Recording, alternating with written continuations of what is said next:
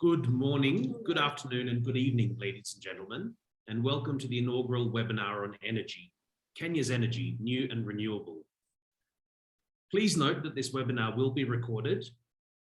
Could you ask your questions in the chat function and we will answer them all during the allocated Q&A time at the end of the webinar.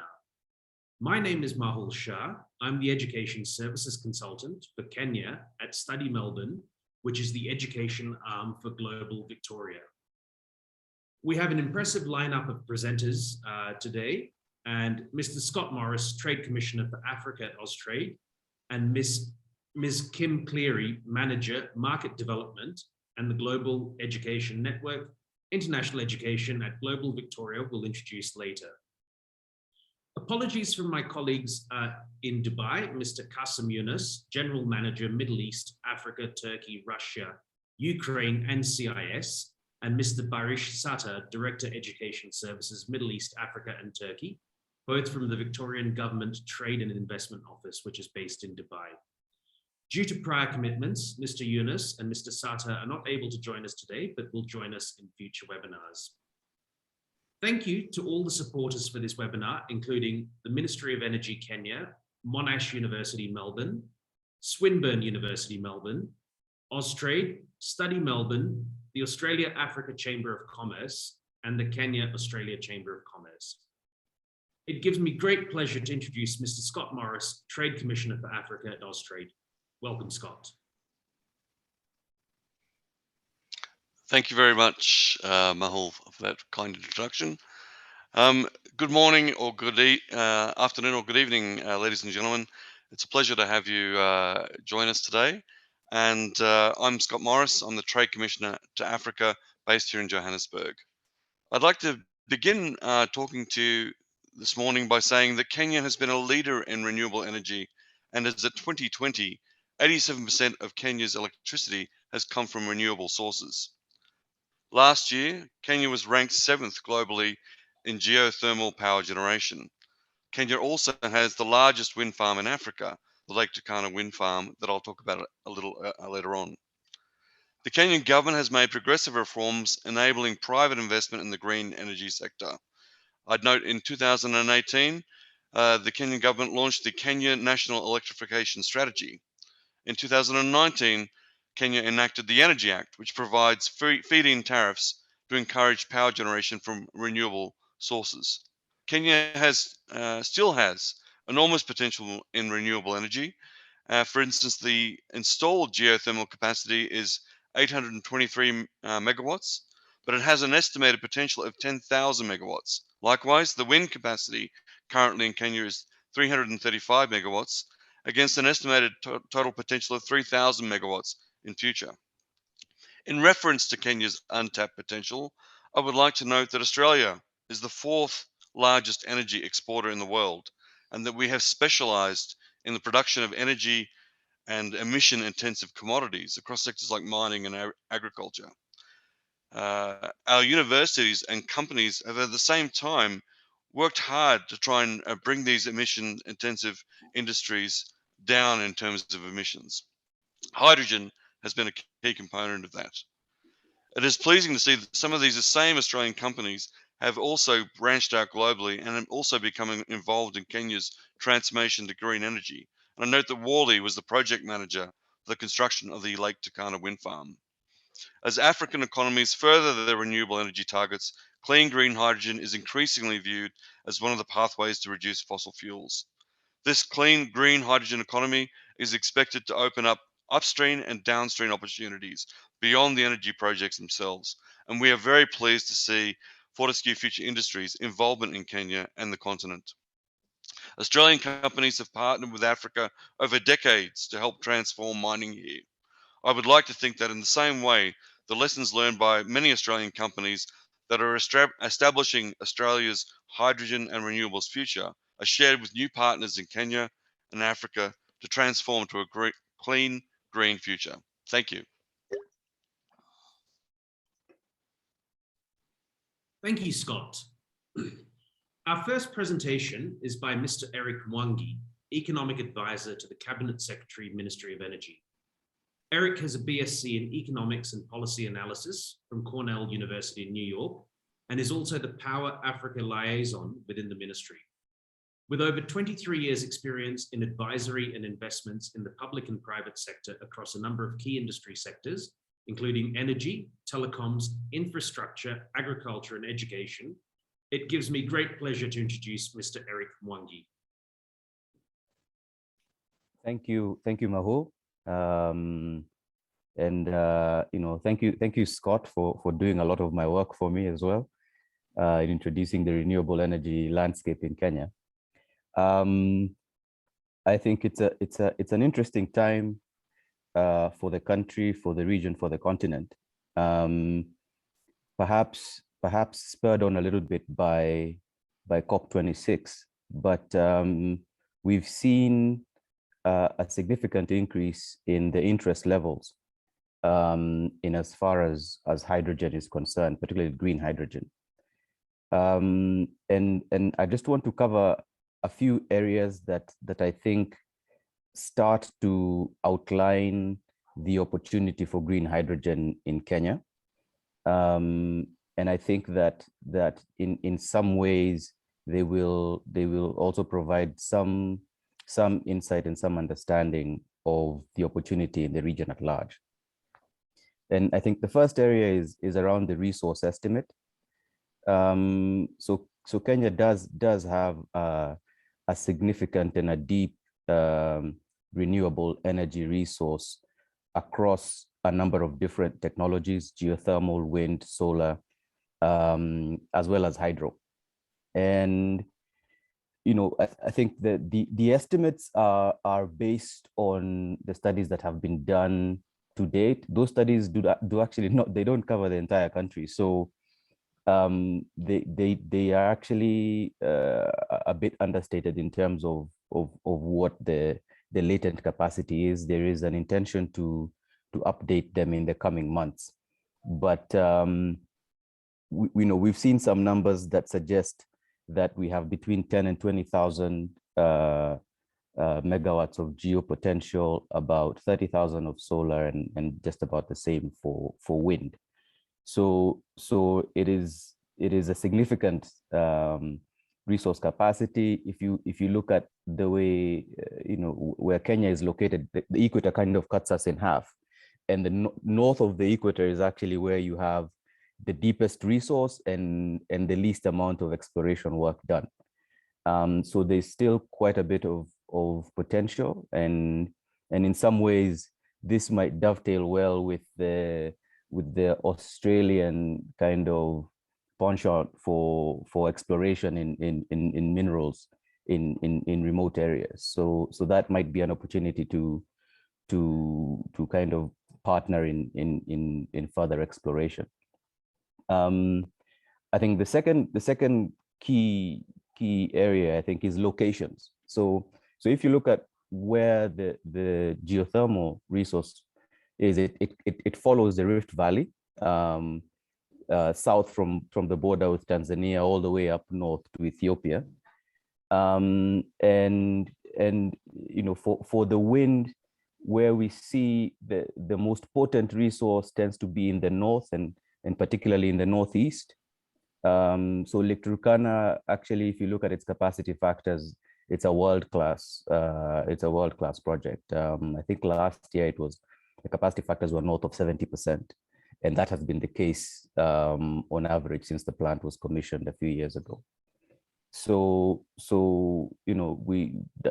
it's significant that the resources are distributed across the country. And interestingly, in these locations, you also have access to significant water bodies. So in the center of the country, where the geothermal production is actually happening, there's a trinity of lakes there: Lake Naivasha, Lake Nakuru, Lake Elementaita. And up north, you have Lake Turkana, which is proximal to the wind farm. And of course, in the east, we have the Indian Ocean, and a significant coastline stretching from Mombasa all the way up to Lamu. So getting access to water for electrolysis would not be a challenge. The third area is logistics. Now, you may know that what probably the largest single project that's been undertaken in the country is the SGR, which is the railway line from Mombasa at the coast and terminating inland. In actually where it terminates is probably the most explored area and the largest production area for geothermal power. And we also have a new port in Lamu. I think the first 2 berths are complete. And so from a logistics point of view, there are a number of options available for developing a coherent hydrogen economy. The next point is the load curve for the country. So this is more talking about what are the immediate opportunities. So between 11 o'clock at night and about 6 o'clock in the morning, we do have a significant overhang of renewable energy capacity. Most of that is geothermal, and we estimate it's about between 400 and 800 megawatts for that period of time. And so it is it's capacity that would be available for storage or hydrogen production. And it's something that's a feature of how the system is behaving currently. We have a pipeline of about 2,000 megawatts of wind, solar, and hydro, and a little bit of biomass as well, of committed capacity. So these are projects whose PPAs have already been signed and are at various stages of development. So if you add that to what currently exists in the system as it is today, there is a significant opportunity there to start to think about how to develop projects, even if it's at a pilot level.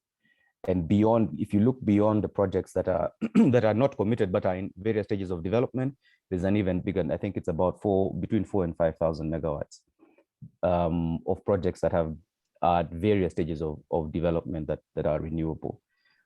They will likely be subjected to some sort of competitive process. There's an auctions policy that has been developed in draft form, but they are kind of off the ground. They've started the development process.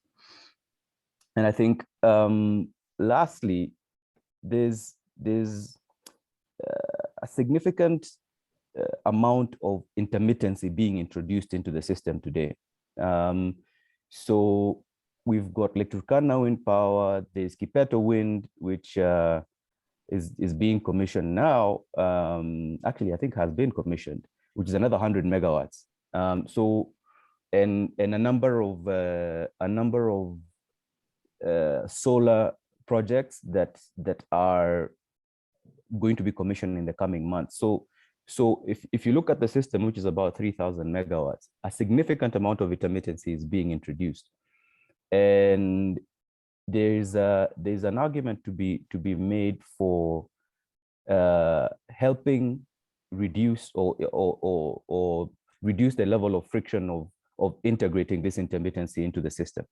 And I think this is one area that the hydrogen economy could be helpful, because the electrolysis machines can actually be used almost as a modulator for the intermittency. So I think that there's a potential for developing a larger kind of win-win scenario. I think there's the question is what the commercials would look like. But I think from a technical point of view, there's also an argument to be made for introducing hydrogen at scale in a way that benefits the system.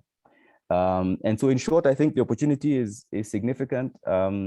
We have seen some private sector interest. I think Scott mentioned Fortescue, who have spent quite a bit of time trying to understand what that looks like. there are a number of other private sector actors who are interested as well in various elements of this. So we think the potential is significant. The ministry is very, very keen to get commercial partnerships going in ways that are aligned with the objectives of the sector. And so we'd be keen to continue to engage around specific opportunities that are identified and that help move this conversation forward. Thank you.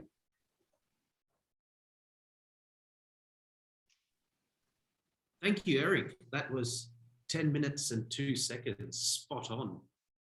Our next speaker is Ms. Kim Cleary, Market Development at the Global Education Network, International Education Global Victoria. Welcome, Kim.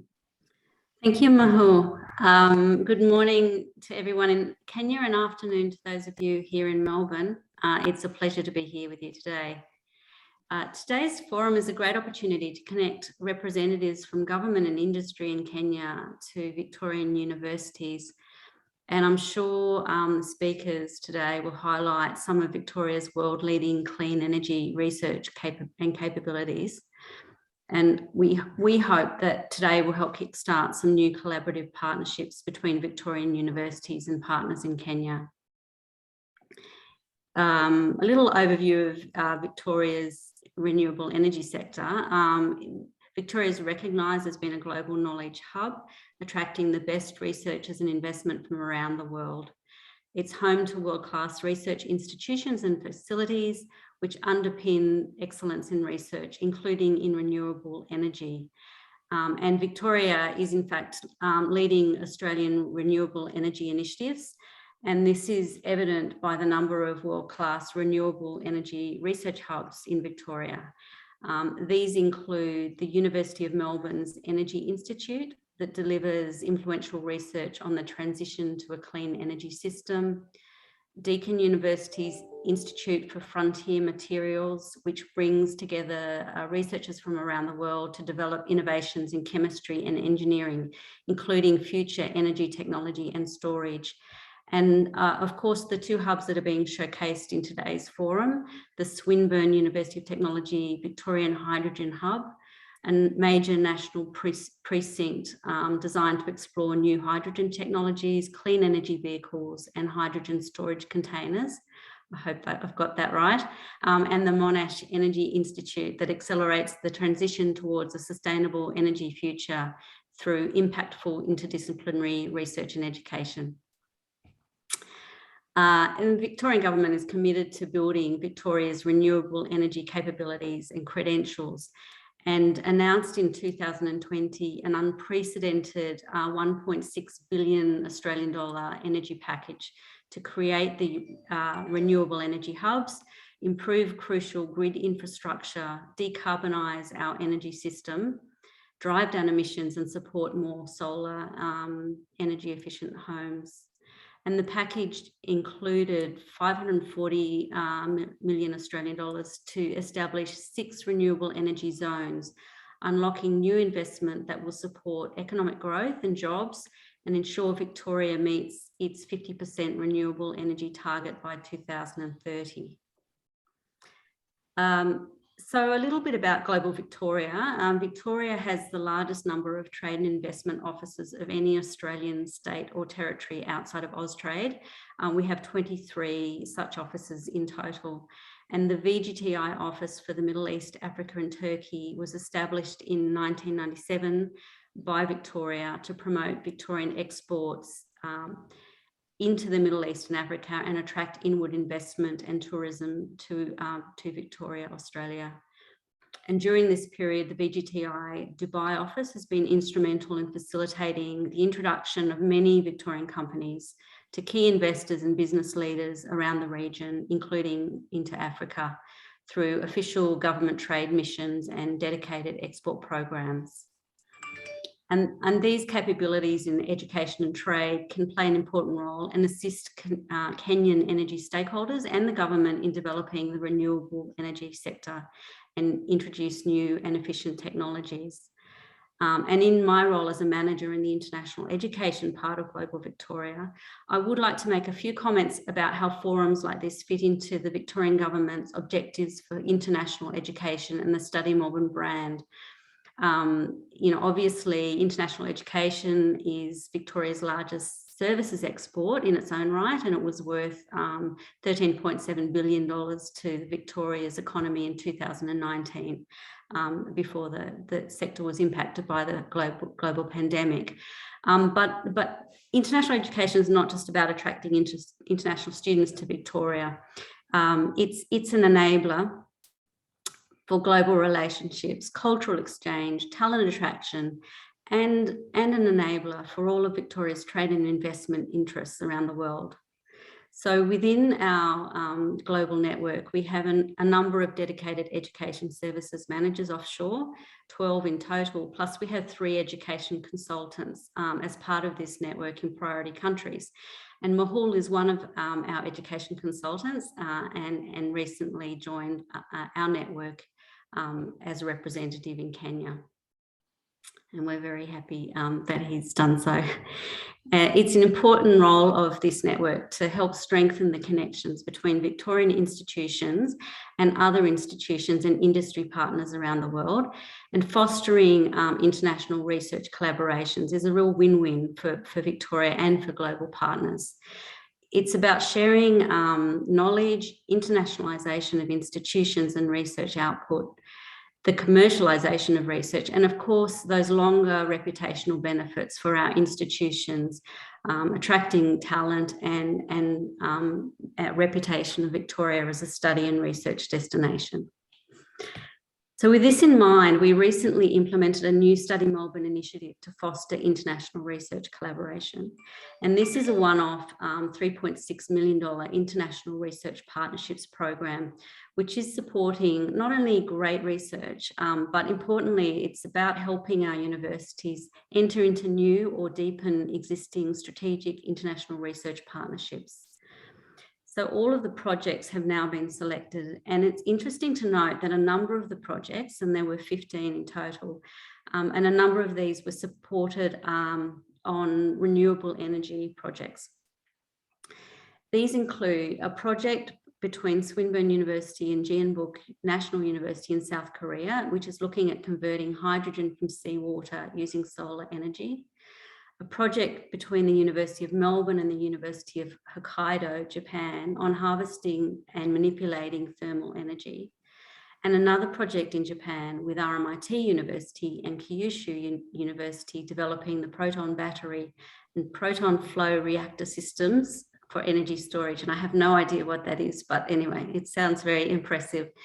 And finally, there's a project between Federation University and the IIT Roorkee Institute in India, looking at critical mineral processing from mining waste. And I mention those just as an example of the projects that Study Melbourne alone is supporting. I'm sure there are others being supported across different parts of government. And it just indicates the breadth and the calibre of Victoria's research capability across a number of universities in this very important field of research and innovation. So that's all from me. I thank you again for the opportunity to be here today, and I really hope that today's forum will be the start of continued conversations and potential partnerships between Kenya and Victorian universities. Thank you. Thank you, Kim. It gives me pleasure to introduce Mr. Gordon Chakodza, Director of the Victorian Hydrogen Hub, VH2, at Swinburne University of Technology, Melbourne. Gordon specialises in bringing together industry, research, community and government to undertake transformative work in the development and adoption of new technologies. To date, Gordon has worked in a variety of roles and has held senior executive roles with private industry, the Victorian Government and Austrade. Welcome, Gordon. Thank you. Thank you, Mahul, for the introduction. I'm just going to share my screen here.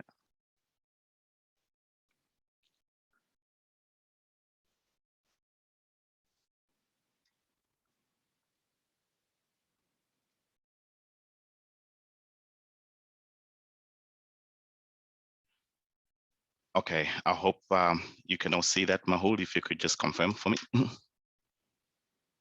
Yes, we can. Thank you. Thanks, Mahul.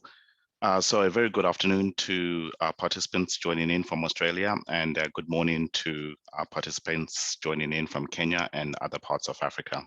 So as Mahu has mentioned, my name is Gordon Chakodza, and I'm Director of the Victorian Hydrogen Hub at Swinburne University.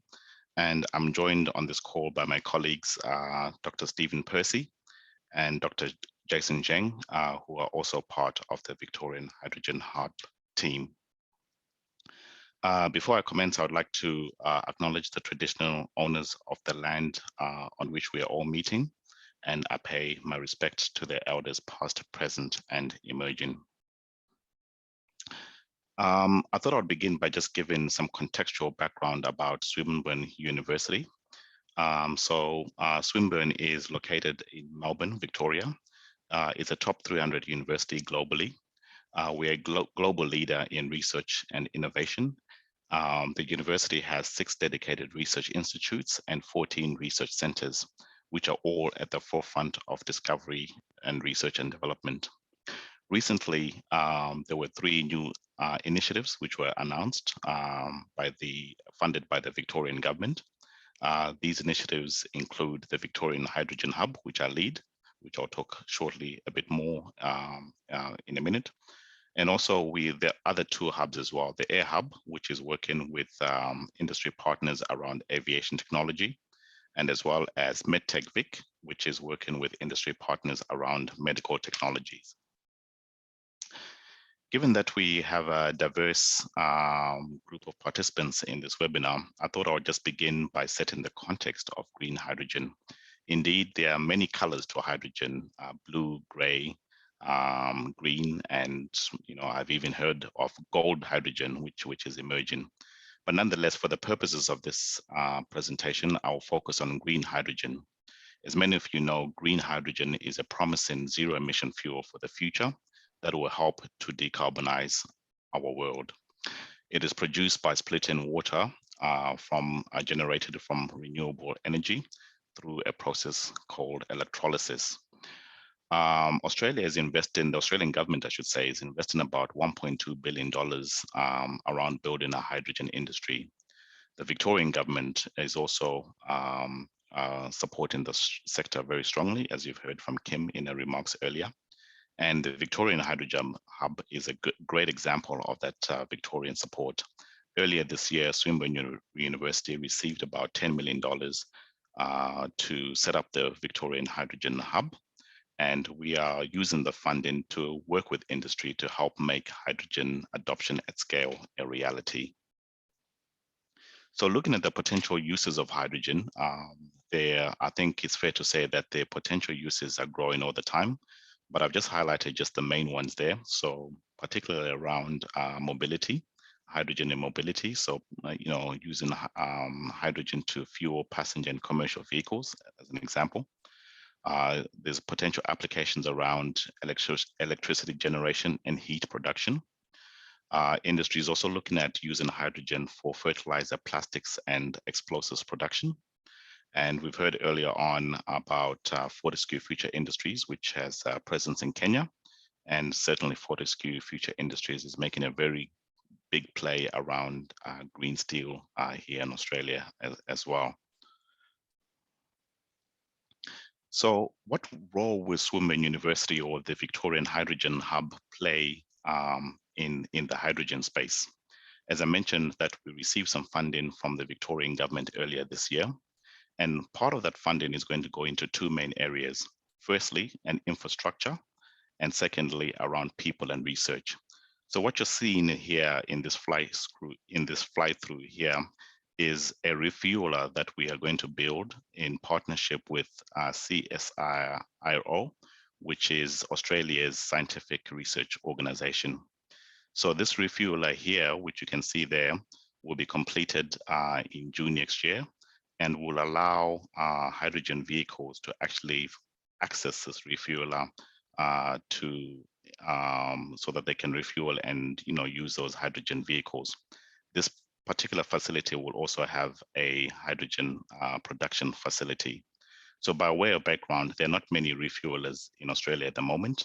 So this refueler, which we will build in partnership with CSIRO, will be the second or third by the time it's completed, which will allow demonstration projects such as any hydrogen-powered vehicles that might come to market.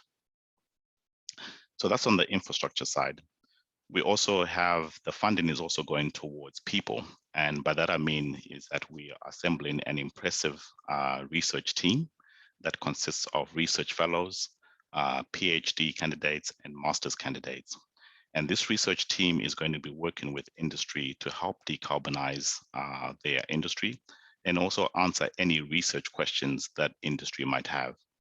So you can see from this slide some of the thematic areas that we'll be working with industry on. So decarbonization of ports, for example. We'll be looking at hydrogen application in the aviation sector.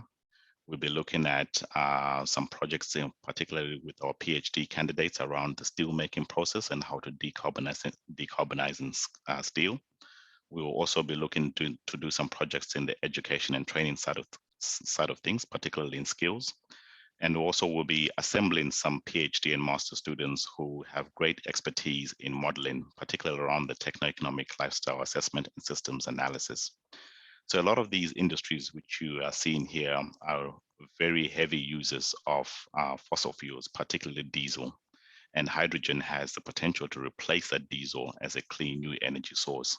So we believe that our research, which we'll be doing in partnership with industry, is going to have a great impact in decarbonizing our economy. And this is my last slide, just to talk through the Victorian hydrogen strategy in a bit more detail.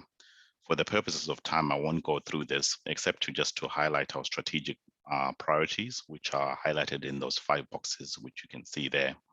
So in that first box, for example, I talked about our partnership with CSIRO around the refueler. We also have a really fantastic partnership with ARENA 2036, which is a German research platform based at the University of Stuttgart. And this is where we're working together around hydrogen tanks and storage systems. So that research which will be done in Germany, will gives us access to the research which is happening in Europe, so that we can share it with our industry partners here in Australia. The second box is talking about the Readiness Program, which we will be working mostly with SMEs here in Australia. By way of background, a lot of SMEs are starting to think about what hydrogen means for them as a business. So through this Readiness Programs, we'll be giving them training and modules and educating particularly around what hydrogen can help make their business a bit more profitable. So this is based on a similar program we ran around Manufacturing 4.0, which was very successful for SMEs here in Australia. The third box there is our program or initiative around skills, which we're working with industry. So skills is going to be really an important factor in a hydrogen economy. So we are working with industry to identify what gaps are in the market and what courses might be required to support a hydrogen economy in the future. So a practical example of that, for example, is that we are seeing many mobility companies such as buses and trucks coming into the market. But a key question is what kind of skills will be required to actually maintain those trucks and those buses. So this is where we're working with industry on identifying courses and accreditations for the future to actually help maintain those industries in a hydrogen economy. The fourth box is talking about our social engagement toolbox. This is really working with industry and governments around social acceptance of hydrogen or community acceptance of hydrogen. Many of the community still have questions around safety, for example, for hydrogen. So through our researchers and through our research team, we'll be able to answer some of those questions and identify the concerns which community has and help companies, local councils, governments help to address those concerns. And the fifth box, which I think is really relevant for this conversation, is really talking about international partnerships. So as VH2, we are very keen to engage internationally. We have actually started developing some MOUs with international jurisdictions such as Malaysia. So we're very interested to continue the discussion, as mentioned by Eric there. So we'll be really keen to continue discussions with the Kenyan government and indeed any other stakeholders or companies in Kenya around research and potentially how the VH2 research team could get involved or could assist to help make hydrogen a reality. So that concludes my presentation. A very quick 10-minute overview. I hope I've kept in time, Mahul, but I reiterate that we'll be very happy to answer any questions and certainly to have any separate meetings to continue the discussions and talk about future collaboration and partnerships. Thanks very much, Mahul. Over to you. Thank you, Gordon, for a very informative presentation and within the 10-minute time slot allocated to you. Our next presenter is Mr. Shreejan Pandey, General Manager at the Monash Energy Institute at Monash University, Melbourne. Shreejan has power systems engineering qualifications and professional engineering background, focusing on detailed designs for large-scale wind farms, high-voltage switchyards, substations, and renewable energy systems in emerging nations. Shreejan is responsible for the Monash Energy Institute's development and running of major energy research programs and operations, respectively. Welcome, Shreejan. Thank you, Mahul, for that introduction. And just also want to acknowledge and thank fellow panelists and the organisers of this event to have this conversation. I'm dialing in today from the land of the Kulin, from the people of the Kulin Nations, and I just want to acknowledge their presence past, present, and also the elders before I get started. So next slide, please, Emma. And next, a quick introduction about the Monash University. It is Australia's largest university. It has a global profile with campuses in India, China, Malaysia, Indonesia, and a satellite in Italy. The university is home to about 200 academics that work across energy research. Next slide. The energy research that we undertake here, they span from energy materials and devices to explore things like next gen of solar systems and batteries, resources and processing, with groups actively working on things like hydrogen and ammonia for widespread commercialization, smart power systems and digital capabilities to manage our electricity systems, and market design and policy mechanisms that respond to the changing both social behaviour and also the sectoral needs in our world today. And for the presentation today, I'll just keep the focus on electricity systems. Next slide, please, Emma. So some of our flagship initiatives at Monash in the electricity space, so they include the Net Zero Initiative. We were the first Australian university to commit to net zero.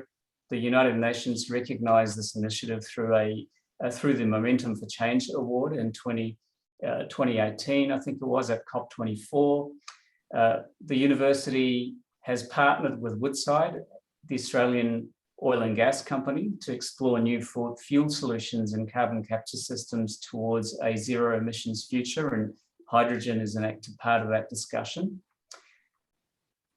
Monash is playing a leadership role in the Reliable, Affordable, Clean Energy for 2030, which is a national cooperative research centre that brings over 60 partners from Australia as well as international partners, and combines committed resources of around $350 million Australian value. And Monash is taking a leadership role in the Networks program to optimise Australia's electricity grid with new technologies like batteries and electric vehicles and household solar. And lastly, on the transmission side of focus, we have the Grid Innovation Hub. That's a flagship program. We're working with Australian energy leaders to address the complexity that we're facing at the transmission level primarily. Next slide. And the following, thank you.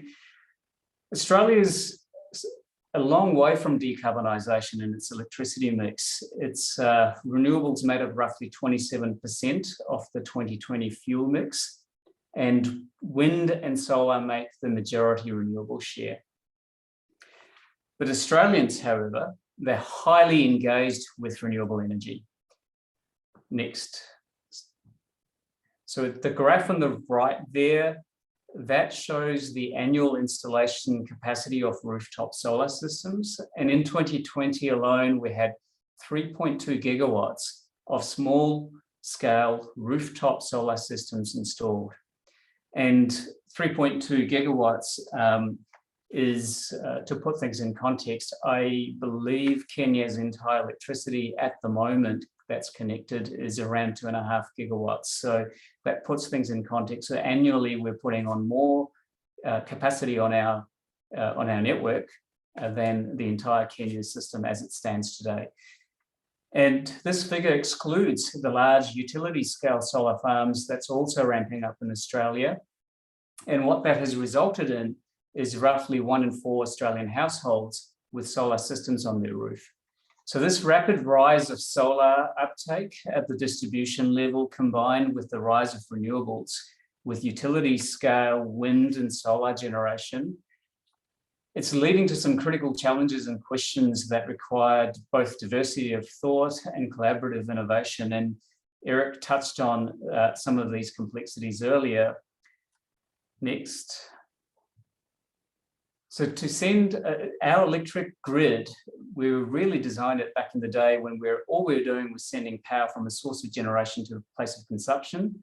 And until recently, the generation and consumption patterns were pretty relatively simple to predict, and any variations were relatively simple to manage. But now we have millions of solar generators connected to our distribution networks, as well as utility scale wind and solar connected to our transmission systems. Variations in weather patterns can lead to grid congestion that make it really challenging to use the available renewable energy. In many cases, we have to spill or curtail renewable energy generation. And sudden variations in weather can also lead to grid stability problems, resulting in blackouts or, in severe cases, harm or potentially death to people. So how do we plan for economic efficiency while optimizing our grids to integrate significant penetration of variable renewables securely? And on the other hand, people now have things like electric vehicles and batteries at home, and they offer new ways to optimize our energy use while simultaneously rewarding those who choose to engage in the process. The energy industry doesn't have a strong history or any history, to be quite frank, of engaging with its customers. So how do we collaborate with our communities, build trust, and people who now have valuable energy assets on offer to provide reliable electricity at a fair price for all? Next. And I'm pleased to see in my readings and prep for this talk that Kenya is actually one of the few countries in the broader Africa region that's demonstrating energy access leadership, with plans to reach around 100% electricity, well, 100% electricity access by 2030. And across the African region, grid expansion and densification is the least cost option to reach nearly 50% of the currently deprived communities. But many grids, they expect to supply around a third, with the balance made up with standalone systems. Kenya's new connection plans shown in this image seem consistent with Africa's significant transmission and mini grid requirements. So Kenya looks well positioned to demonstrate regional leadership. And there's value in bilateral knowledge exchange between Australia and Kenya as both countries simultaneously strengthen their grids and deploy mini and microgrids. So for example, through the Monash Grid Innovation Hub, novel studies are currently underway to explore various techniques such as the use of grid forming inverters to connect large-scale wind and solar farms to transmission networks while enhancing grid stability. So Eric, we hadn't quite considered using hydrogen electrolyzers, but I think we might have to take that back to the office. And other studies include things like market design and policy mechanisms to incentivize the uptake of large-scale energy storage. Australia is also building a capability in mini and microgrids designed to participate in the broader energy market. And as Kenya ramps up its mini grid efforts, an ongoing exchange would be of interest. Next. Now, as an example, this is the Monash microgrid at our Clayton campus. The solar generation system and a large battery combined with smart software and hardware technologies, they allow us to control when and how we use our electricity across 20 buildings in our Clayton campus. It allows us to manage our peak demand and also participate in the energy market, responding to economic incentives through either demand or management, through either management of our demand or supply. And we're interested in sharing this experience, and we've made our learnings available through resources. We call it the Microgrid Toolbox, and that's available via that link down below. So that completes my talk, and I invite you to follow links that are in the next slide. I invite you to follow the links embedded here to learn a little bit more about the example projects I've referred to today. And I'll also try and put them in the chat shortly. Thank you, and back to you, Mahul. Thank you so much, Shreejan. I think everyone would agree that the three presentations we've had from Eric, Gordon, and Shreejan have been very informative, and a great way to get us all thinking about green hydrogen and renewable energy even more so than we already are in Kenya or Africa. We've got about 10 minutes for questions and answers. If anyone's got questions, please feel free to ask. We already have a couple of questions that have been asked in the chat box, which we can start with. First question for Eric is from Kevin Nyakundi. Renewable energy being one of the SDGs, also with the new 50 megawatt solar plant going online not long ago, why is it that we're not producing solar energy at a higher capacity to this day? What are the challenges currently being experienced? Thank you, Mahul. I think it's important to note that currently we have over 400 megawatts of committed capacity. So that is capacity that basically it's projects with signed PPAs. And so those are projects that are going to be coming on stream in the coming months. In fact, there's I think 3 of them that should be commissioned in the next couple of months. So there is a significant amount of solar capacity that is coming on stream within the next year or so. So you will see many more plants being commissioned. Thank you, Eric. Second question also to you, Eric. Is there a paper available that can be accessed on Kenya's green hydrogen aspirations and programs?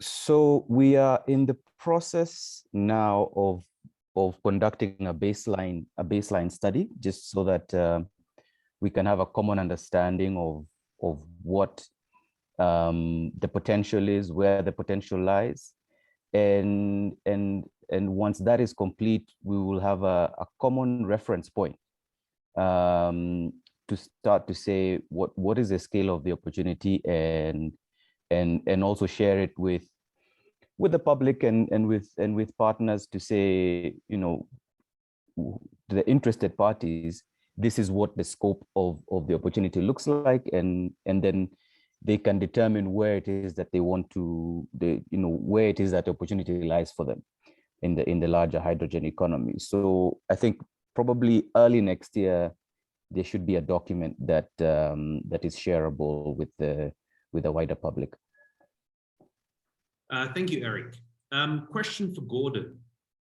Would it be possible to have partnerships between your organization and other agencies across the world who are exploring hydrogen? For example, the Ministry for Energy in Kenya. Do you have existing partnerships across the world to collaborate on research?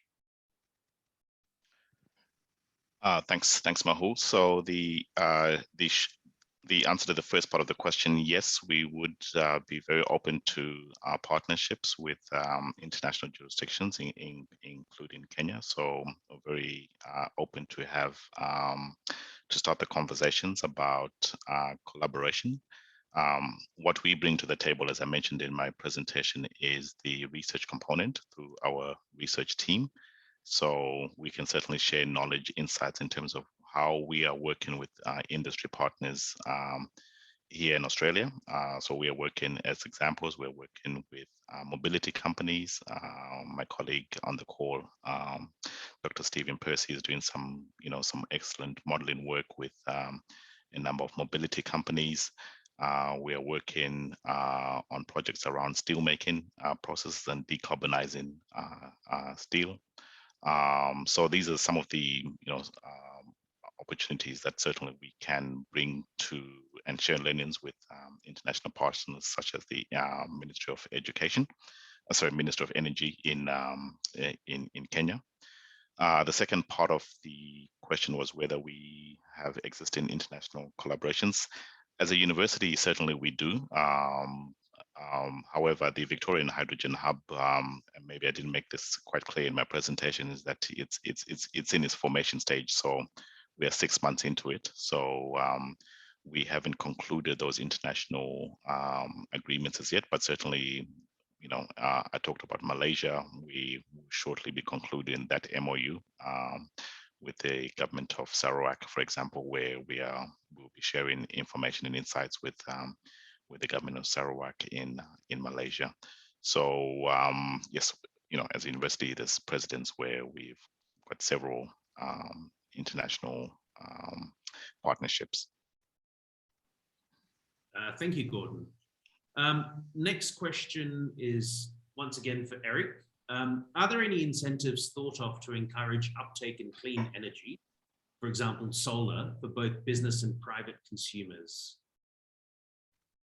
Yeah, so there are some incentives currently, which largely are around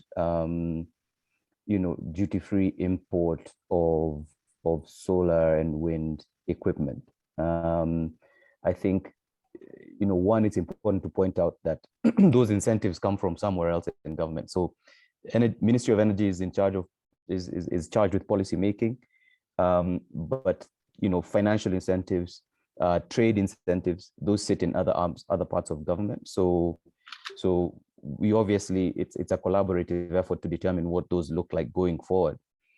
But there are those that exist currently that are largely around import of equipment that is used in the wind and solar installations. So they do exist. And then following on, from your earlier comment about excess capacity between 11 p.m. and 6 a.m. So with that situation in Kenya and the region, the EAPP should spearhead the hydrogen development conversation to have a coordinated approach, given the high capital costs involved. Is the government considering a coordinated effort? Well, the EAPP itself is a coordinated. It's probably the largest coordinated effort we have in the sector. But it is very, very important in terms of providing flexibility in electricity supply that is going to benefit everybody. Number one, and number two, remember the EAPP is going to be connected to the Southern African power pool, and the largest player in the Southern African power pool is South Africa. And one of the big challenges that South Africa has is decarbonizing its own energy sector, which is heavily reliant on coal. So connectivity of the power pools is going to be a significant driver in just the general decarbonization effort for the region and much of the continent. And to the extent that hydrogen can play a role in that, I think it makes sense to have that conversation. The challenge is that you do have to have on a national level, you do have to know what you're bringing to the table and what your strategy is. even before you invite others to come and think together. So I think we are at the early stages of determining what it is that we have and what our strategy is as a country, and that will now equip us to go to the region and say, this is what we bring to the table. You know, can we have a coordinated effort? Because hopefully by then everybody else, you know, has a view as well on how they'd like to approach this. Thank you, Eric. We've got a couple of minutes left. Unfortunately, Mr. Duncan Harris, the chair for the Australian Africa Chamber of Commerce, has had to leave for their AGM. But may I please ask Mr. Stephen Courier, chair for the Kenya Australia Chamber of Commerce, to provide closing remarks and vote of thanks. Thank you, Stephen.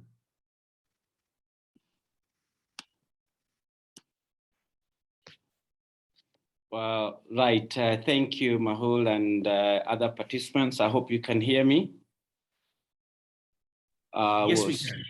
Yes. I'm sorry, I'm coming up. My name as Mahul Shah. We could be twins somewhere. So thank you again. It was a quite engaging conversation, and also listening to what to come. So I'm really thankful to all participants. Some of them I've seen Eric, Gordon, I know for a long time. And it's good to hear from these, the shifting of the energy sector. As from the chamber perspective, we facilitate a conference every year in Australia where these conversations are held. So it's really for our interest to see this. So in terms of vote of thanks Mahul, Austrade, Australia Chambers, and obviously Swinburne University, Monash, and all the other, and Ministry, I can't forget Eric from Ministry of Energy, has been very supportive for this. And we're looking for more engagement. From the chamber perspective, we want to see this facilitation between Kenya and Australia. That's our core mandate to ensure that this trade continue to prosper. So thank you again, and looking forward for the next engaging debate on this topic. Thank you, Steve. And I'd just like to echo Steve's vote of thanks with everyone that's participated today. A recording will be made available by email shortly. And if anyone would like contact details for any of the presenters today, please feel free to either ask in the chat box or please feel free to send me an email. I'll have my email address in the chat box down here. But otherwise, thank you everyone, and we will let you know shortly about the next webinar that we'll be hosting on energy. Thank you.